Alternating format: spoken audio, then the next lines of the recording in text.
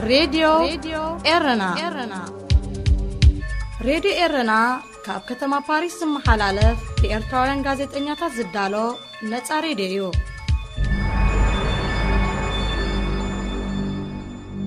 أبزز اللخمو عزو السلامتنا تقبلوا زي خبركم سمعتنا أبناي لومي علت 13 حسا فنونا أب سومونزي نزترأيو عبيتي فتساميتات زرعي مدب سومناوي فتساميتات حزنا لكم قريبنا لنا كسا فتساميغ تكتاتلونا بغبرن عدم مس راديو إرنايكم زلكم زخبركم سمعتنا ازي سومناوي فتساميتاتيو أبناي سنبت فتساميتات ወታደራዊ መንግስቲ ሱዳን ናብቲ ንግጭት ምብራቕ ሱዳን ክፈትሕ ብኤርትራ ዝተዳለወ ዘተ ሰላም ከም ዘይሳተፍ ኣፍሊጡ ሚኒስትር ጉዳያት ወጻኢ ሱዳን ዓሊ ሳድቅ ብ6 ነሓሰ ንሱዳን ትሪቢን ናብ ዝሃበ ቃልዩ መንግስቱ ኣብቲ ብፕሬዚደንት ኢሳያስ ዝተወደበ ዘተ ከም ዘይሳተፍ ዘፍልጥ ዘሎ ወታደራዊ መንግስቲ ሱዳን ናብ ኤርትራ ብዝካየድ ዘተ ኣይሳተፍን ጥራይ ዘይኮነ ብፕሬዚደንት ኢሳያስ ንዝተዓደሙ ዝተፈላለዩ ወከልቲ ቀቢላታት እውን ናብ ኤርትራ ብዝጓዓዝሉ ዝነበሩ እዋን ኣብ ዶብ ከም ዝኸልከሎም ካብ ሱዳን ዝተመሓላለፈ ዜና ኣመልኪቱ እቶም ወከልቲ ቀቢላታት ዶብ ሱዳን ሰጊሮም ናብ ኤርትራ ከይኣትዉ ዝተኸልከልሉ ምኽንያት ናይ ቪዛ ጉዳይ እዩ ክብል እዩ ሚኒስትር ጉዳያት ወጻኢ ሱዳን ምኽንያት ዘቕርበሉ ኣብ ወንበር ህዝባዊ ግንባር ንናጽነትን ፍትሕን ሱዳን አልአሚን ዳውድ በንጻሩ ኣብ ዝሃበ ቃል ኤምባሲ ኤርትራ ኣብ ሱዳን ዝርዝር ኣስማቶም ዕድመ ዝተገብረሎም ወከልቲ ቀቢላታትን ውድባትን ኣቐዲሙ ናብ ሚኒስትሪ ጉዳያት ወጻኢ ተላኢኹም እምባሩ ብምግላጽ እቲ ብወታደራዊ መንግስቲ ዝተዋሃበ ምኽንያት ቅቡል ኣይኮነን ኢሉ በሚኒስትር ጉዳያት ወጻኢ አቶ ዑስማን ሳልሕ ዝምራሕ ጉጅለ ልኡኽ ኤርትራ ኣብዚ ዓመት እዚ ናብ ሱዳን ተደጋጋሚ ምብጻሕ ብምክያድ ጉዳይ ምብራቕ ሱዳን ክሽምግል ናብ ጀነራል አልቡርሃን ምሕጽንታ ከቕርብ ጸኒሑ እዩ እንተኾነ ንገለ ካብቶም ስምምዕ ሰላም ጁባ ዝፈረሙ ጉጅለታት ስለምንታይ ኣብዚ ዘተ ዘይዓደሞም ንጹር ኣይኮነን በንጻሩ መራሕ ቀቢላ ሃደንድዋ መሐመድ አልአሚን ስምምዕ ሰላም ጁባ ተቃዊሙ ምብራቕ ሱዳን ክመርሕ ብወታደራዊ መንግስቲ ንዝተመዘ በዓል ስልጣን ብምቋም ሰላማዊ ሰልፊ መሪሑ ክነሱ ኣብቲ ዘተ ሰላም ተዓዲሙ ይርከብ እቶም ኣብ ፓስፖርትኹም ቪዛ ይተሃርመልኩምን ተባሂሎም ኣብ ዶብ ከሰላ ዝተኸልከሉ ፖለቲከኛታትን ወከልቲ ቀቢላታትን ቁፅሮም 112 ክኸውን እንከሎ ኣብ ዶብ ኤርትራን ሱዳንን ነሳት 6 ሰዓታት መልሲ ክረኽቡ ከም ዝተጸበዩ ካብቲ ሃገር ዝተመሓላለፈ ዜና ይመልክት ገለ ካብቶም ወከልቲ ቀቢላታት ንማዕከናት ዜና ብዝሃብዎ ሓበሬታ እቲ ኣብ ኤርትራ ዝካየድ ዘተ ኮንፈረንስ ዳ እምበር ንስምምዕ ሰላም ጁባ ዝትክእ ኣይኮነን ኢሎም ዙሮት ኣብ ከተማታት ኤርትራን ርክብ ምስ ፕሬዚደንት ኢሳያስ እውን ከም መደብ ተሰሪዕሎም ምንባሩ ገሊፆም ዲፕሎማስያውያን ምንጭታት ካብ ካርቱም ኣብ ዝህቦ ዘለዉ ትንታነ እቶም ወከልቲ ቀቢላታትን ፖለቲከኛታትን ኣብ ኤርትራ ብዝካየድ ዘተ ከይሳተፉ ዝኽልክል ውሳነ ብጀነራል አልቡርሃን ከም ዝተዋህበዮም ዘመልክቱ እቶም ተንተንቲ ኤርትራ ኣብ ጉዳይ ምብራቕ ሱዳን ተገዳስነት ከተርኢ ንቡር እኳ እንተኾነ ብዘይፍቐድ ጀነራል አልቡርሃን ግና ዝኾነ ምትእታው ክትገብር ኣይትኽእልን እያ ክብሉ ትንታነኦም ይህቦ ብወገን መንግስቲ ኤርትራ እዚ ዜና ናብ ስቱድዮ ክሳብ ዝኣተወሉ ሰዓት ብዛዕባ እዚ ጉዳይ ዝኾነ መግለፂ ይተዋህበን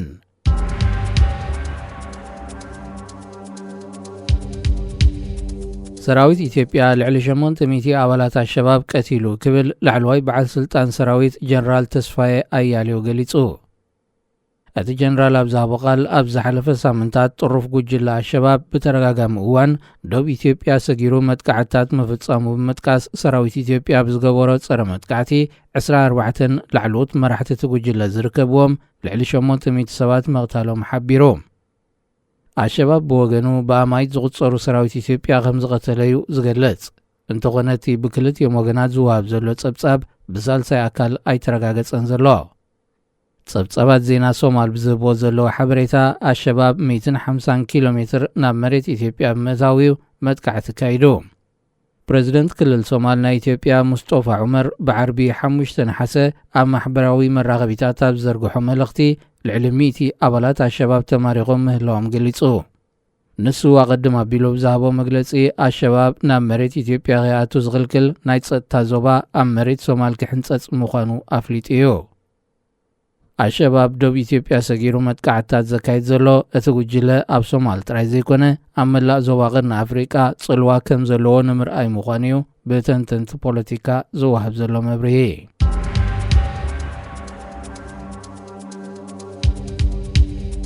ፕሬዝደንታዊ ምርጫ ኬንያ ንምዕዋት ጎስጓስ ከካይዱ ዝቕነዩ ሕጽያት ተወዳደርቲ ቀዳም ሰዓት 9 ምሸት ብወግዒ ደው ከም ዘበሉ ካብቲ ሃገር ዝተፈነወ ዜና መልኪቱ። ኣብቲ ሶሉስ ንጎ ሰዓት 6 ዝጅመር ፕሬዝደንታዊ ምርጫ ተወዳደርቲ ዘለዉ ራይላ ኦዲንጋን ዊልያም ሩቶን ንመወዳእታ ግዜ ንሰዓብቶም ኣብ ዝሃብዎ መደረ ንውፅኢት ምርጫ ክቕበሉ ምዃኖም ኣፍሊጦም ኣለዎ። ብተመሳሳሊ ክልቲኦም ተወዳደርቲ ዝያዳ ጎስጓሳቶም ኣብ ምውጋድ ጉቦን ብልሽውናን ከተኩሩ ምዃኖም እዮም ገሊጾም። ኣብ ስታድዮም ካሲራኒ ንኦዲንጋ ክድግፍ ዝተኣከበ ህዝቢ ብሰዓት ጸጸፈ ካብቲ ናይ ሩቶ ደጋፊ ዝበዝሕ ምንባሩ ዝገልጹ ተዓዘብቲ እቲ ናይ ምዕዋት መስኮት ንኽልቲኦም ተወዳደርቲ ጸቢብ ከም ዝኸውን ይገልጹ። ራይላ ኦዲንጋ ንዝተጸገሙ ስድራ ቤታትን መንእሰያትን ፋይናንሳዊ ደገፍ ናይ ምግባር ፖሊሲኡ ከም ዘዕውቶ ክገልጽ እንከሎ ዊልያም ሩቶ ብወገኑ ብልሽውና ንምውጋድ ሓንፂፅዎ ዘሎ ፖሊሲ ከም ዘዕውቶ ይገልጽ። ኣብዚ ሶሉስ ንጎ ዝጅመር ፕሬዝደንታዊ ምርጫ ህዝቢ ኬንያ ናብቲ ኣብ መላእቲ ሃገር ተዳልዩ ዘሎ 46,000 ናይ ምርጫ ነቑጣታት ብምውሓዝ መራሒኡ ክመርጽ እዩ። ምስ ሬድዮ ረናይኹም ዘለኹም ዝኸበርኩም ሰማዕትና እዚ ሰሙናዊ ፍጻሜታት እዩ። ኣብ ናይ ሶኒ ፍጻሜታት ሃገራት ኣፍሪቃ ንሩስያ ምድጋፈን ዝረኽቦ ረብሓ ከም ዘየለ ፕሬዝደንት ዩክሬን ቮሎዲሚር ዘለንስኪ ገሊጹ። ንሱ ዝሓለፈ ሰሙን ምስ ዝተፈላለያ ሚድያታት ዛጉር ብመርበብ ኣብ ዘካየዶ ጋዜጣ ዋዕላ ሩስያ ካብ ዩክሬን ብ30 ዕጽፊ ተዓቢ ክነሳ ኣብ ኣፍሪቃ ዘለዋ ወፍሪ ግና ካብ 100 ዝሓልፍ ከም ዘይኮነ ጠቒሱ። ሩስያ ኣብ ኣፍሪቃ ፖለቲካ ወፍርያ ከተካይድ ጸኒሓ ዝበለ እቲ ፕሬዝደንት ኣብ ዝተወልዕ ዘሎ ኩናት ሃገራት ኣፍሪቃ ንሩስያ ክኹንና ከም ዝግባእ ኣዘኻኺሩ። ዩክሬን ምስ ሓያሎ ሃገራት ኣፍሪቃ ዝምድና ንምሕያል ብሚኒስተር ጉዳያት ወጻኢ ዝምራሕ ላዕለዋይ ወኪል መንግስቲ ኣብ ወርሒ መስከረም ክትልእኽ መደብ ከም ዘለዋ እቲ ፕሬዝደንት ብተወሳኺ ኣተንቢሁ። ኤርትራ ትርከበን ሒደት ሃገራት ኣንጻርቲ ኣብ ልዕሊ ሩስያ ክካየድ ዝተወሰነ እገዳ ሕቡራት ሃገራት ክቃወማን ከለዋ ሓያሎ ሃገራት ኣፍሪቃ ድማ ድምፂ ካብ ምሃብ ተቖጢበን። መሰረታዊ ናይ መግቢ ኣካል ካብ ዩክሬንን ሩስያን ክሽምታ ዝጸንሓ ሓያሎ ሃገራት ኣፍሪቃ ምስ ሙላዕ ኩናት ዕላጋታተን በኣሉታት ተጸልዩ ከም ዘሎ ይፍለጥ። ዝሓለፈ ቀንያት ኢትዮጵያ ናብ ትርከበን ሃገራት ኣፍሪቃ ምብጻሕ ዘካየደ ሚኒስተር ጉዳያት ወጻኢ ሩስያ ሰርጌይ ላቭሮቭ ብወገኑ ኣፍሪቃ ግዳይ ዕብለላ ኣሜሪካን ሃገራት ምዕራብን ትኸውን ከም ዘላ ወቒሱ። ብፍላይ ኣብ ክልል ቀይ ባሕሪ ወተሃደራዊ ደጀን ንምቋም መደብ ከም ዘለዋ ትግለጽ ሩስያ ቀድሚ ሙዳቕ ስርዓት ሕብረት ሶቪየት ነበር ኣብ 1991 ኣብ ኣፍሪቃ ዝነበራ ጽልዋታት ዳግም ንምምላሱ ትሰርሕ ከም ዘላዩ ዝግለጽ።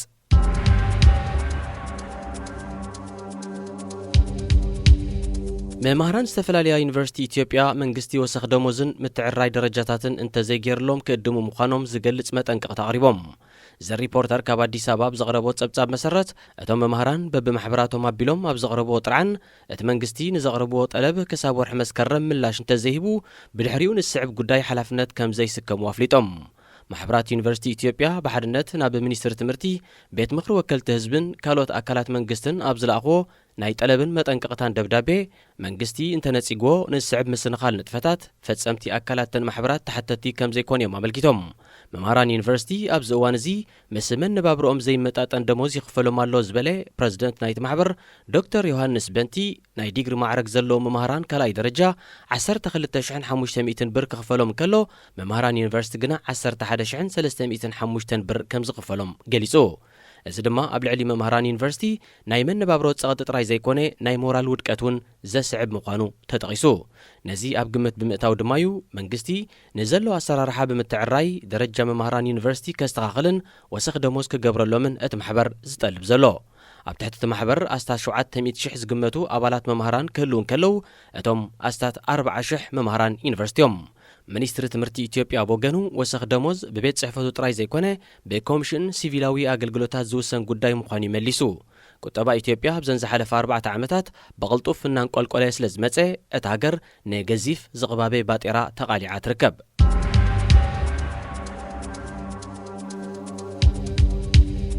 ፕሬዝደንት ሶማል ሐሰን ሼክ ማሕሙድ ብኤርትራ ጀመሩ ዑደት ጎረባብቲ ሃገራት ብምቕጻል 9 ነሓሰ ናብ ዩጋንዳ ከመርሒው እቲ ፕሬዝደንት ኣብ ናይ ክልተ መዓልታት ዑደቱ ምስ ፕሬዝደንት ዮዌሪ ሙሴቬኒ ብምርኻብ ኣበርክቶ ዩጋንዳ ኣብ ምዕቃብ ሰላም ሶማልን ኣብ መንጎ ክልቲአን ሃገራት ክህሉ ዝኽእል ተወሳኺ ናይ ወፍርን ንግድን ዕድላትን ክመያየጥ ምዃኑ ዴይሊ ሞኒተር ንሚኒስትሪ ጉዳያት ወጻኢ ዩጋንዳ ብምጥቃስ ኣሚቱ ኣብ ርእሲ እዚ ፕሬዝደንት ሐሰን ኣብ ዩጋንዳ ምስ ዝርከቡ ኣስታት 300 ኣወፈርትን ነጋዶን ኣብ ተኽእሎታት ወፍሪ ኣብ ሶማል ብዝምልከት ከመያየጥ ትጽቢት ይግበር ናይቲ ዞባ ዑደቱ ብ9 ሐምለ ብኤርትራ ዝፈለመ ፕሬዝደንት ሶማል ዛጊት ናብ ጅቡቲ፣ ኬንያ፣ ታንዛንያ፣ ግብፂ ሕጂ ድማ ናብ ዩጋንዳ ይበጽሕ ኣሎ እቲ ፕሬዝደንት ምስ ሶማል ምትእሳር ካብ ዘለዎን ሃገራት ዞባ ዛጊት ዑደት ዘየካየደለን ኢትዮጵያን ሱዳንን እየን እቲ ፕሬዝደንት ኣብ 18 ሐምለ ናብ ኢትዮጵያ ክበጽሕ መደብ እኳ እንተነበሮ ቀዳማይ ሚኒስተር ኢትዮጵያ አብይ አሕመድ ብዘቕረቦ ጠለብ ናብ ካልእ እዋን ከም ዝተሰጋገረ እዩ ተሓቢሩ ዑደት ፕሬዝደንት ሶማል ናብታ ኣብ ብዙሕ ጉዳያት ምትእሳር ዘለዋ ኢትዮጵያ ናብ ካልእ እዋን ዝተሰጋገረሉ ምኽንያት ኣይተፈልጠን ምስ ሬድዮ ኤረና ኢኹም ዘለኹም ዝኸበርኩም ሰማዕትና እዚ ሰሙናዊ ፍጻሜታት እዩ ኣብ ናይ ሶሉስ ፍጻሜታት ሓይልታት ጸጥታ ኢትዮጵያ ኣብ ክልል ደቡብ ደራሼብ ዝተባህለ ከባቢ 11 ሰላማውያን ሰባት ከም ዝቐተሉ ንሰራሕተኛታት ሆስፒታል ብምጥቃስ መርበባት ዜናታ ሃገር ሓቢረን ሓይልታት ጸጥታ ናይቲ ክልል ብወገኖም ካብ ባሕቲ ነሓሰ ትሒዙ ንክልተ መዓልታት ዝቐጸለ ግጭት ምስ ዕጡቓት ከም ዝተኻየደ ብምሕባር እቶም ዝተቐትሉ ሰላማውያን ሰባት ከም ዘይኮኑ መልኪቶም ይኹን እምበር ኣብቲ ከባቢ ዝርከብ ጊዶሌ ዝተባህለ ሆስፒታል ሲቪል ዝተኸድኑ 7 ሬሳ ከም ዝተቐበለን ብኸቢድ ቆሲሎም ዝመፁ 4 ድማ ሆስፒታል ምስ በጽሑ ከም ዝሞቱ እናፍሊጡ 4 ካብቶም ዝተቐትሉ ሰባት ደቂ ኣንስትዮ እየን ከም ኣብ ኩለን ክልላት ኢትዮጵያ ኣብ ክልል ደቡብ እውን ምስ ብሄርን ዋንነት መሬትን ብዝተተሓሓዘ ተረጋጋሚ ግጭታት ክኽሰት ጸኒሑ እዩ ኣብ ርእሲ እዚ ኣብቲ ክልል ንናጽነትን መሰል ርእሰ ውሳኔን ዝጠልቡ ዝተፈላለዩ ዕጡቓት ከም ዝንቀሳቐሱ ይፍለጥ ኣብ ካልእ ናይ ኢትዮጵያ ዜና ላዕለዎት ኣዘዝቲ ሰራዊት ኢትዮጵያ ብዛዕባ መጥቃዕትታት ኣሸባብ ብዝምልከት ምስ ሰበስልጣን ሶማል ንምዝታይ ናብ ከተማ ባይዶዋ ምእታዎም ተሓቢሩ ኣሸባብ ደቡብ ኢትዮጵያ እናጠሓሰ ተደጋጋሚ መጥቃዕትታት ክካየድ ይርአ ስለ ዘሎ ኢትዮጵያ ኣብ ዘዋስና ከባቢታት ናብ ውሽጢ መሬት ሶማል ዝኣተወ ናይ ጸጥታ ዞባ ከተቕውም ከም እትደልያ ተመልክት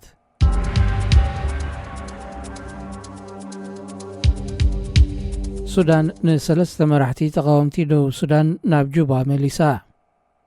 እቶም ሜጀር ጀነራል ፑር ኦርዎፕ ኮል ሜጀር ጀነራል ኒዮንግ ጋራን ኮልን ብርጌደር ጀነራል ጋትሉዋክ ማጆክ ለይን ዝተባሉ 3 መራሕቲ ተቃወምቲ ብሰንበት 7 ነሓሰዮም ፉል ኣብ ዝተባህለ ቁሸት ብሓይልታት ጸጥታ ሱዳን ተታሒዞም ንሳቶም ስድራ ቤታቶም ንምርኣይ ካብ ደቡብ ሱዳን ናብ ሱዳን መሰገሩ ሓይልታት ጸጥታ ሱዳን ተኸታቲሎም ከም ዝሓዝዎም እዩ ዝግለጽ ዘሎ ኩሎም ኣባላት መሪሕነቱ ምዃኖም ዘረጋገጸ ህዝባዊ ምንቅስቓስ ሰራዊት ንሓርነት ደቡብ ሱዳን SSMPA ዝተባህለ ዕጡቕ ተቃዋሚ ውድብ ኣማኻሪ ፕሬዝደንት ደቡብ ሱዳን ኣብ ጉዳያት ጸጥታ ቱት ጋትሉክ ማኒን ንኣዘዝቲ ተወርዋሪ እዚ ሱዳን ጉቦ ብምኽፋል ከትሕዞም ከም ዝኸኣለ ወቒሱ እቲ ኣማኻሪ ጸጥታ ነቶም 3 መራሕቲ ተቃወምቲ ተኸታቲሉ ከትሕዞም ዝኸኣለ ኮሚሽነር ምምሕዳር ማዮም ንዝነበረ ሓዉ ጄምስ ጋትሉክ ማኒን ብ22 ሐምለ ምስ ዓጀብቱ ኣብ መንበሪ ገዝኡ ብምቕታል ስለ ዝጠርጠሮም ምዃኑ እቲ ውድብ ኣሚቱ ንሱ ኣብ ስነ ስርዓት ቀብሪ ሓዉ ብዘስምዖ ቃል ጉዳይ ቅስለት ሓዉ ንምክትታል ካብ ዝነበሮም መዝነት ኣማኻሪ ጉዳያት ጸጥታ ፕሬዝደንት ክእለሙ ውሳኑ ይፍሊጡ መንግስቲ ሱዳን ንመራሕቲ ተቃወምቲ ውድብ ሱዳን ናብ ጁባ ምርካቡ ምስ ጸጥታን ሓበራዊ ሰላምን ብዝተሓሓዝ ኣብ ክልቲአን ሃገራት ዝተፈላለዩ ሕቶታት ኣለዓዒሉ ይርከብ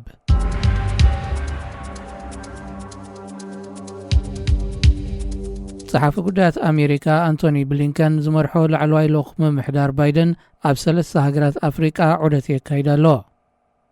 እቲ ጸሓፊ ጉዳያት ዑደቱ ብ7 ነሓሰ ብደቡብ ኣፍሪቃ ፈሊሙ ክሳብ 12 ነሓሰ ዘሎ ግዜ ናብ ዴሞክራሲያዊት ሪፐብሊክ ኮንጎን ሩዋንዳን ክበጽሕ እዩ ዕላማ ዑደት ብሊንከን ዝምድና ኣሜሪካ ምስ ሃገራት ኣፍሪቃ ምሕያልን ነቲ ኣብ 13 ክሳብ 15 ታሕሳስ ኣብ ዋሽንግተን ዲሲ ክካየድ ትጽቢት ተነቢሩሉ ዘሎ ዋዕላ ኣሜሪካን ሃገራት ኣፍሪቃን ብዝምልከት ምስ መራሕቲ ንምምያጥ ምዃኑ ተሓቢሩ መስፍዕፋዕ ቻይናን ሩስያን ናብ ሃገራት ኣፍሪቃ ሻቕሎት ዝፈጠረላ ኣሜሪካ ናብዛ ኣህጉር ቆላሕታ ትዕቢ ምህላዋ ተንተንቲ ይረድኡ። ላዕለዋይ ወኪል ምምሕዳር ባይደን ናብ ሃገራት ኣፍሪቃ ዝበጽሕ ዘሎ ሒደት መዓልታት ድሕርቲ ሚኒስተር ጉዳያት ወፃኢ ሩስያ ሰርጌይ ላቭሮቭ ካብቲ ኣህጉር መምላስ እዩ። ሚኒስተር ላቭሮቭ ካብ 24 ክሳብ 27 ሓምለ ናብ ግብፂ፣ ዩጋንዳ፣ ዴሞክራሲያዊት ሪፐብሊክ ኮንጎን ኢትዮጵያን ኣብ ዘካየዱ ዑደት ኣሜሪካ ትገብሮ ዘላ ዕብለላ ሓደ ካብ ቀንዲ ብድሆታት ኣፍሪቃን ካልኦት ኣህጉርን ኢሉ ምውቃሱ ይዝከር። ምስ ሬድዮ ኤረና ኢኹም ዘለኹም ዝኸበርኩም ሰማዕትና እዚ ሰሙናዊ ፍጻሜታት እዩ። ኣብ ናይ ረቡዕ ፍጻሜታት ቻይና ኤርትራ ካብ ትርከበን ኣብ ምዕባል ዝርከባ 16 ሃገራት ዝኣቱ ነገራት ብዜሮ ታሪፍ ወይ ድማ ካብ ናይ ሰደድ ቀረጽ ናጻ ክትገብሩ እያ። ሚኒስትሪ ፋይናንስ ሃገር ብ7 ነሓሰ ኣብ ዘውፅኦ መግለጺ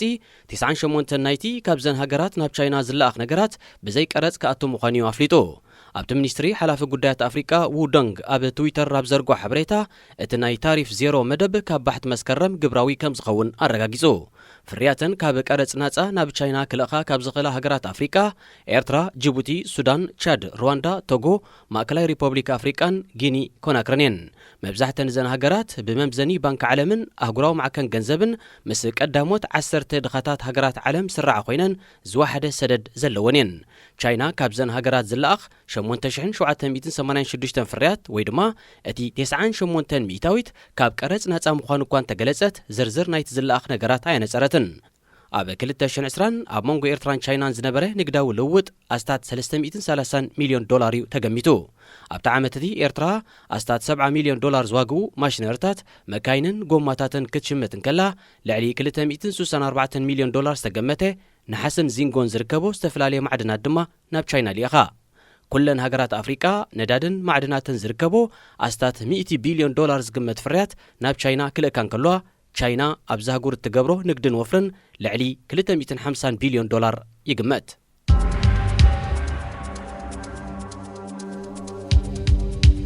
ዕጡቓት ቻድ ደቡብ ሱዳን ሰጊሮም 18 ሰባት ከም ዝቐተሉ ሚኒስትሪ ጉዳያት ወፃኢ ሱዳን ኣብ ዘውፅኦ መግለጺ ከሲሱ። እቶም ዕጡቓት ብ4 ነሓሰ ናብ ምዕራብ ዳርፉር ብምስጋር ኣግማል ንዝጓስዩ ዝነበሩ ሱዳናውያን ከም ዝቐተሉ እቲ መግለጺ ኣመልኪቱ። ቻድ ቦገና ኣግማሎም ብሱዳናውያን ዝተዘምተኦም ዜጋታት ነቲ መጥቃዕቲ ከም ዝፈጸሙ እያ ገሊጻ። ምክትል ኣቦ ወንበር ሉዓላዊ ቤት ምኽሪ ሱዳን ጀነራል ሓምዳን ተገሎ ኣብቲ ዕለት ናብ ቻድ ከተማን ጀሜና ብምምራሕ ኣብ ፀጥታ ዶባት ብዝምልከት ምስ መራሕቲ ሃገር መሐመድ እድሪስ ደቢ ከም ዝተመያየጠ መደበር ቴሌቪዥን ሃገር ሓቢራ። ዕጡቓት ቻድ ደቡብ ሱዳን ሰጊሮም መጥቃዕቲ ከም ዘካየዱ ዝግለጽ ዘሎ ጎኒ ጎንቲ ድሕሪ ሞት ኣቦኡ ስልጣን ተረኪቡ ዘሎ መሐመድ እድሪስ ደቢ ምስ ዝተፈላለዩ ዕጡቓት ተቃውምቲ ኣብ ቀጠር ስምዕ ሰላም ምኽታም እዩ። ኣብቲ መንጎኝነት ኣሚር ቀጠር ብ8 ነሓሰ ዝተኸተመ ውዕል 30 ዝኾኑ ተቃውምቲ ቻድ ምስ መሰጋገሪ መንግስቲ ኣብ ስምዕ ከም ዝበጽሑ ተሓቢሩ። ይኹን እምበር ንፕረዚደንት ነበር እድሪስ ደቢ ኣብ ኩናት ዝቐተለ ዝዓበየ ዕጡቕ ጉጅለ ኣብቲ ስምዕ ኣይተጸንበረን።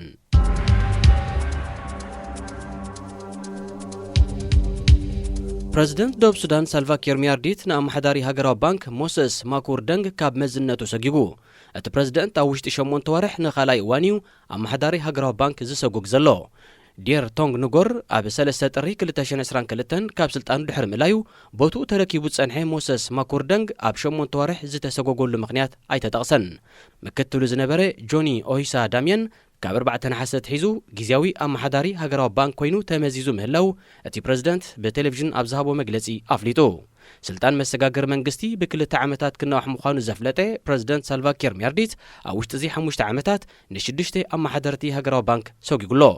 ደቡብ ሱዳን ካብ ሱዳን ተፈልያ ናጽነታ ካብ ዝኣወጀትሉ ኣብ ሐምሌ 2011 ኣብዚ ዝሓለፈ 11 ዓመታት ፕረዚደንት ሳልቫኪር 8 ሚኒስትራት ፋይናንስ እውን ካብ ስልጣን ሰጊጉ እዩ። ደቡብ ሱዳን ማዕረቲ ገጢሞ ዘሎ ቀቢላ ሰረቱ ዝዓበየ ፖለቲካዊ ብድሆታትን ግጭታትን ብልሽውናን ዝርገትን ሰበስልጣን መንግስቲ ኣብ ውድቀታ ዓብይ እጃም ኣለዎ። እቲ ሃገር ናጽነታ ካብ ዝኣወጀትሉ 1 ዓመት ከይመለት ኣብ ሰኔ 2012 4 ቢልዮን ዶላር ብሰበስልጣን መንግስቲ ከም ዝተጠፋፈአ ይዝከር። ምስ ሬድዮ ኤረና ኢኹም ዘለኹም ዝኸበርኩም ሰማዕትና እዚ ሰሙናዊ ፍጻሜታት እዩ። ኣብ ናይ ሐሙስ ፍጻሜታት መንግስቲ ሱዳን ናብ 2020 ዝተበጽሐ ስምምዕ ምብራቕ ሱዳን ኣብ ውሽጢ 4 ተዋርሕ ከተግብሮ እንተዘይጀሚሩ ብናዚር ዝፍለጥ ላዕለዋይ ቤት ምኽሪ ቤጃ ርእሰ ውሳኔ እቲ ዞባ ክእውጅ ምዃኑ ጠንቂቑ። መራሕ ናይቲ ባይቶ ወይ ናዚሪ ሰይዳል አሚን ጣሪቕ ላዕለዋይ ባይቶ ቤጃ ካብቲ ኣካል ናይ 2020 ስምምዕ ጁባ ዝኾነ ውዕል ምብራቕ ሱዳን ከም ዝሰሓበ ኣብ 28 ሓምለ ኣብ ከሰላብ ዘካየዶ ጋዜጣዊ መግለፂ ፍሊጡ እዩ።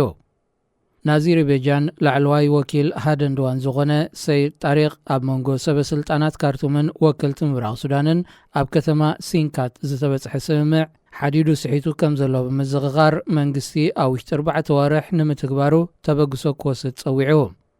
እንተዘይኮይኑ ላዕለዋይ ቤት ምኽሪ ቤጃ ንናጽነት ምብራቕ ሱዳን ዝጠልብ ኣዋጅ ርእሰ ውሳኔ ከም መሓላልፍ ምዃኑ ነጺሩ።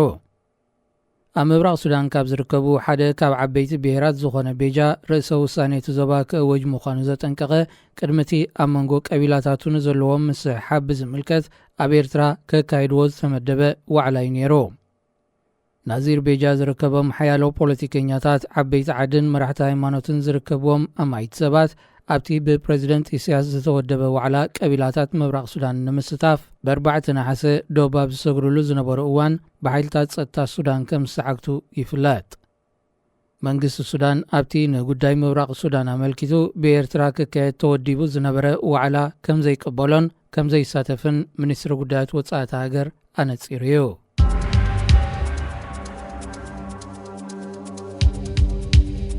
ኢትዮጵያ ካብ ኣሸባብ ንዝገጥማ ዘሎ ተደጋጋሚ መጥቃዕትታት ንምክልኻል ናብ ሶማል ዞባ ጌዶ ተወሳኺ ሰራዊት ከም ዝለኣኸት ተሓቢሩ። እቲ ናብ ደቡባዊ ምዕራብ ሶማል ተዋፊሩ ዘሎ ሰራዊት ኢትዮጵያ ብዙሑ ብንጹር ኣይተገልጸን። ኣመሓዳሪ እቲ ዞባ ዓሊ ዓብደላ ዩሱፍ ንድምፂ ኣሜሪካ ብዛሃቦ ሓበሬታ ብዝሒ ናይቲ ዶብ ሰጊሩ ኣብ ከባቢ ከታም ደሎው ዓስኪሩ ዘሎ ሰራዊት ኢትዮጵያ ኣሳት 2,000 ከም ዝበጽሕ ጠቒሱ።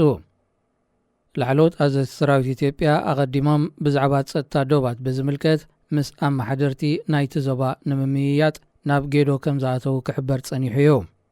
ኣሸባብ ዶባት ኢትዮጵያ እናጣሕሰ ተደጋጋሚ መጥቃዕትታት ክካይድ ይረአ ስለ ዘሎ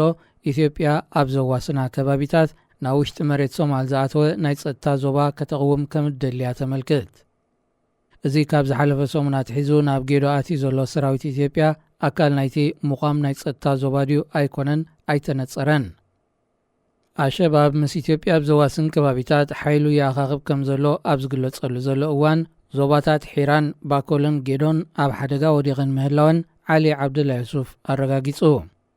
ኣብ ዝሓለፈ ቅንያት ኣብ መንጎ ሰራዊት ኢትዮጵያን ዕጡቓት ኣሸባብን ኣብ ዝተኻየደ ብውሕዱ 3 ግጭታት ካብ ክልቲኦም ወገናት ልዕሊ 1,000 ሰባት ከም ዝተቐትልዩ ዝግለጽ።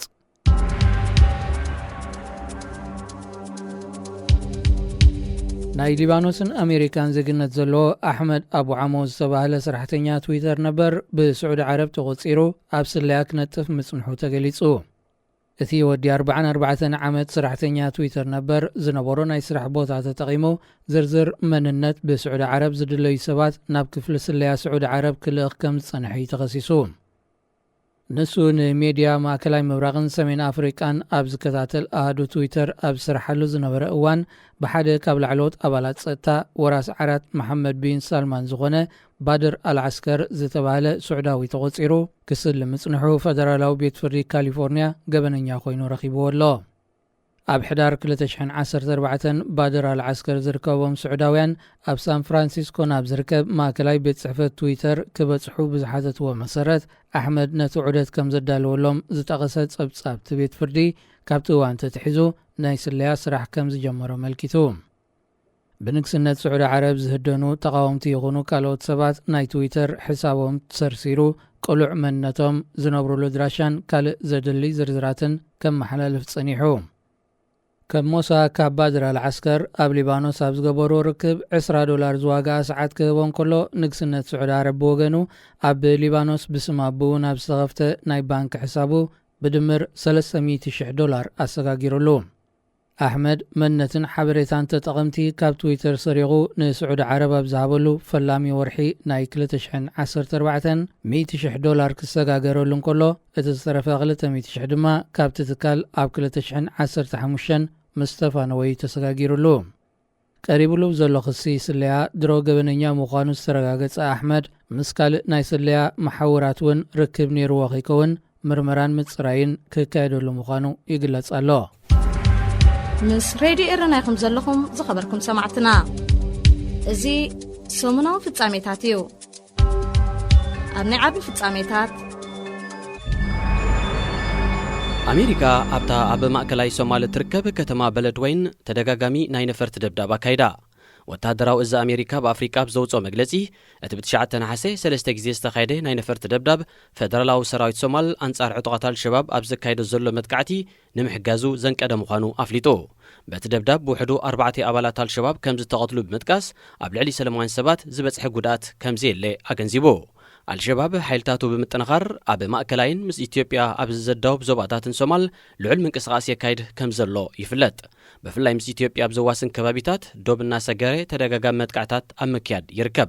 مدكعتات الشباب كبي سغاز حدرلو منغستي إثيوبيا أستاتكل تشحت وساغ سراويت ناب وشت الصومال بموفر نتعتو جلن بمساس وفريه كايد كمزلو يقلص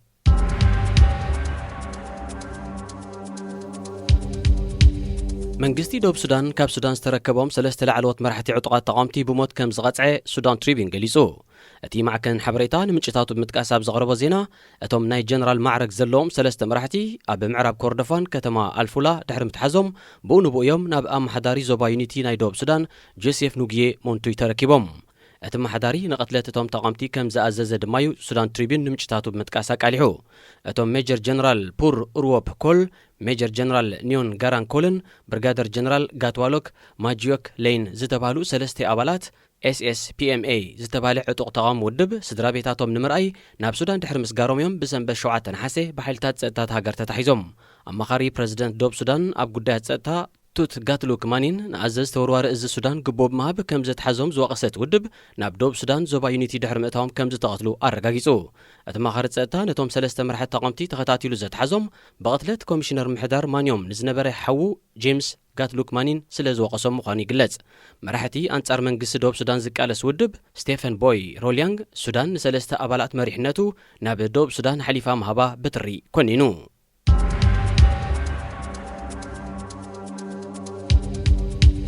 حجون كاب دوب سودان كيوصانا عطقات دوب سودان دوب إثيوبيا سجيروم أب كلل غامبيلا بزخفتو توخسي بوحدو كلتا سبات كم زقتلو نبوليس كوميشن نايت كلل بمتقاس مرباز زينات هاجر حبيرن اتوم كاب قبيله مور لي زخونو عطقات ناب إثيوبيا سجيروم أب كباب ديما أب زركب معسكر سدتنياتات أغوكو بشمون تنحسي أب زكايدو متقعتي كلتا قلعون كم زچوي تحبيرو حالتات إثيوبيا تصدات كبابي كم زرغاغو زحبره بوليس كلل غامبيلا متقعتين زفصمو ناي مهدانن زتچوي قلعو ناي مدلاين سرعيت يقصل كم زلو فليتو عطقات دوب سودان ناب إثيوبيا مسغار تدغاغام متقعتات كم زكايدو زفلت كوينو كاب 2015 كساب 2021 اب زنبره غيزي طراي لعلي 147 قاتلون كلو استات 250 قلعو كم زچويو صبصبا زينا يملكت